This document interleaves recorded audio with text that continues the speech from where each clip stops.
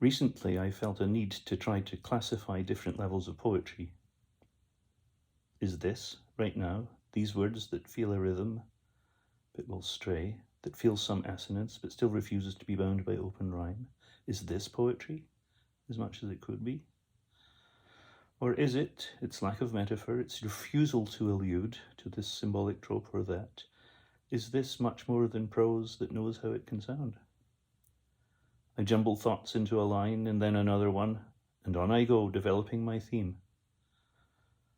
I feel that, though it call itself a poem, it lurches in and out of poetry. But maybe like an alloy, it may find its strength in such distortion. Yes, I'm sure it does. This is a poem, if rude along some axes, while some other elements are absent altogether. But it's also a brief essay, as I want to grasp more firmly what I think I know about this kind of art. If it may not stick with this or that hexameter, each Alexandrine clunks along to stumble and expand or shrink. The jambs are there, propelling it along.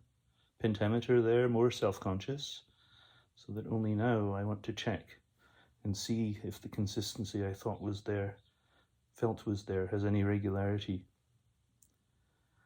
Actually, I think it does. It's not unlike the way that Haydn, in his music, sometimes finds lopsided vigour, only for the phrase to balance out eventually. I've written lots of music too, and look for things like this, while trying not to force it all too strenuously.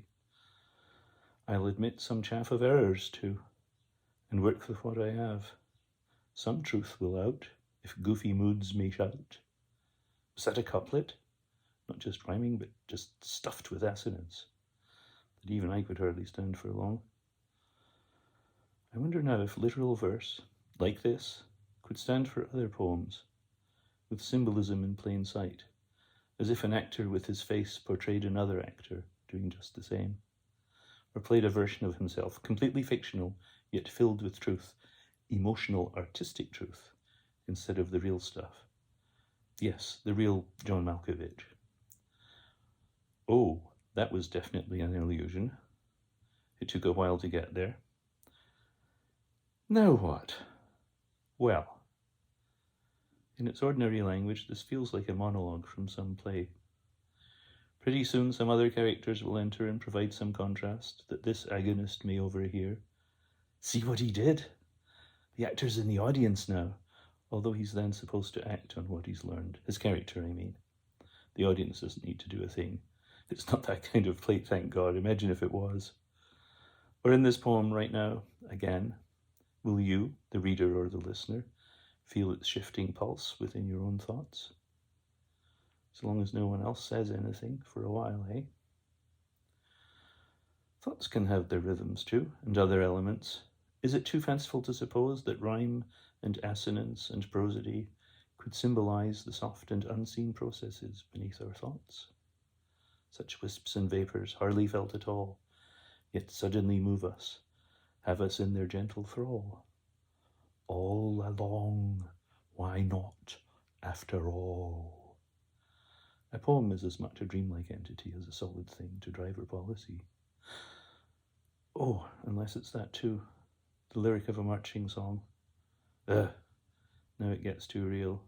I feel I'd like to stop now before this all solidifies and turns completely into prose, or martial regularity. I'd like to turn away from that to something like Arcadia, with peaceful nymphs and shepherdesses, with even parallel swains and fawns not quite present yet. They're off past the horizon, having jolly fun as well, if we can assume they'll be along and mix things up a bit. Such innocence may be an act, but they give it all they have, and so should we.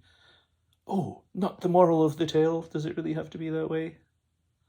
Well, even fun outlasts its lease. If something of its warm remains, we hope. I hope. You can sort yourself out, right? Abeyance of responsibility. Disclaimer that it's only words. It's just a poem, a brief self-conscious exercise, an essay more than usually about itself. Well, really, that's no way to end. The rise of the robots, eh? The former gentle pulse is gone. It's still the same poem, I suppose, though this is not the way I want to end. Arcadia again would be my choice. Instead of writing on the phone, go running in the woods. Real woods, not metaphorical, in 20 minutes by car. I hope it's not too windy. I hope the footing's not too rough. I hope for mild air, blue skies, the sunshine coming from different angles as the paths I take twist through the April forest. No flowers yet, no blossoms, but I hope to see them soon. Yes, hope, that thing. I hop from hope to hope.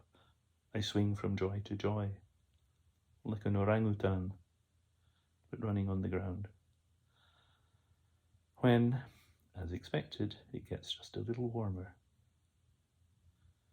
Breakfast then, and study Japanese, and write some tunes. The things I do. Yup. Time to get up.